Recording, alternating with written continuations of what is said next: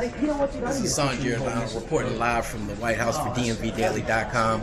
We just saw President Obama on the White House lawn honoring none other than Baltimore's own Super Bowl champion, Baltimore Ravens. All the politicians from Maryland are there, so if you were trying to get some work done today, you weren't going to get it done because they're here in D.C. honoring the Baltimore Ravens.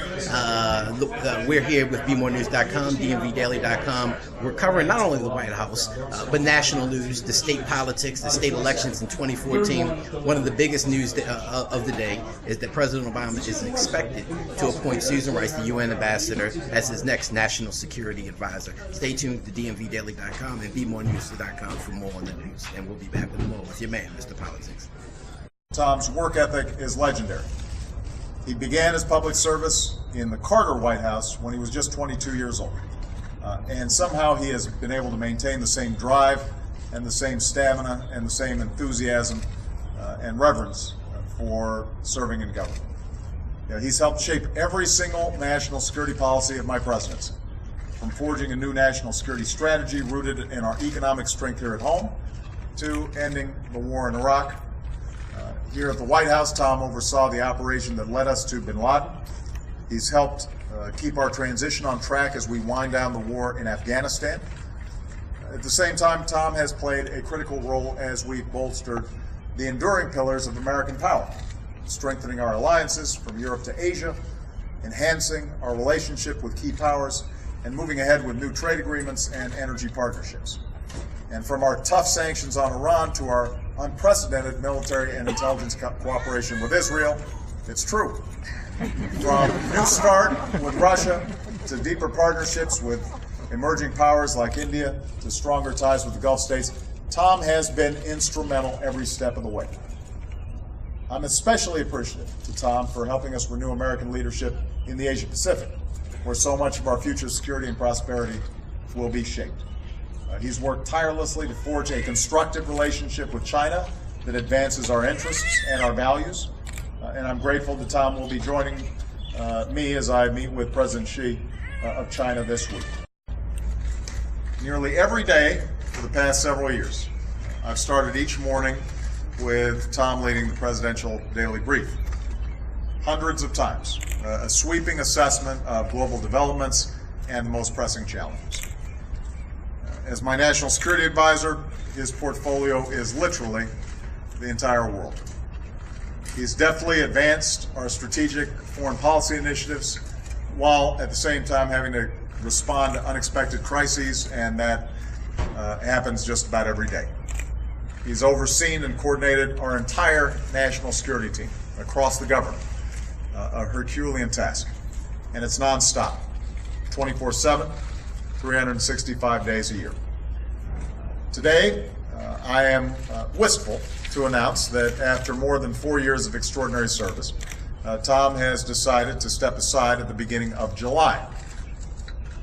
And I am extraordinarily proud to announce my new national security advisor, our outstanding ambassador to the United Nations, Susan Rice, as well as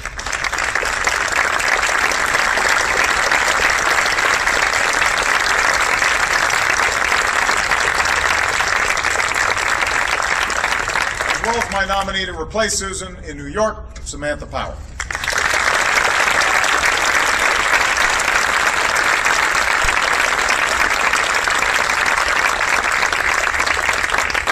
Now, when I first asked Tom to join my team, I knew I was getting one of this work will be carried on by another exemplary public servant, Ambassador Susan Rice.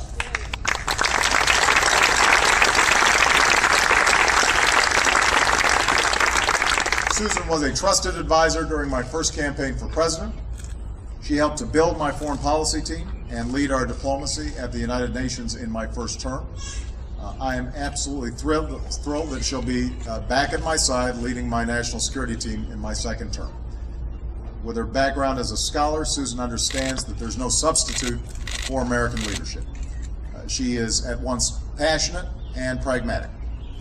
I think everybody understands Susan is a fierce champion for justice and human dignity, but she's also mindful that we have to exercise our power wisely and deliberately.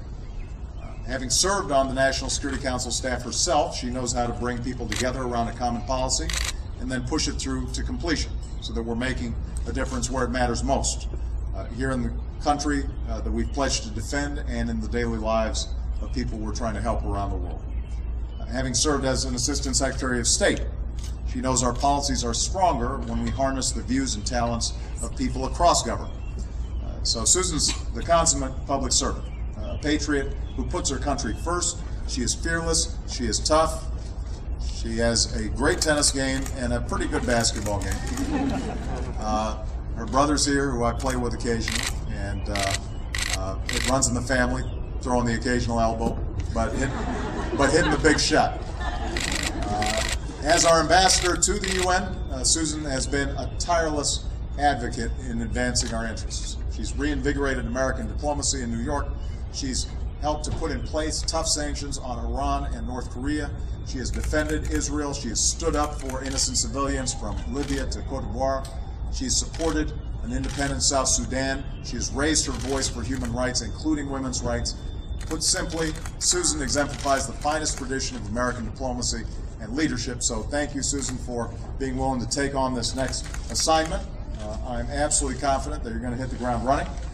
And I know that after years of commuting to New York, while Ian, Jake, and Maris stayed here in Washington, you will be the first person ever in this job who will see their family more by taking the National Security Advisor's job. The United Nations and be trying to figure out how are we ever going to replace her.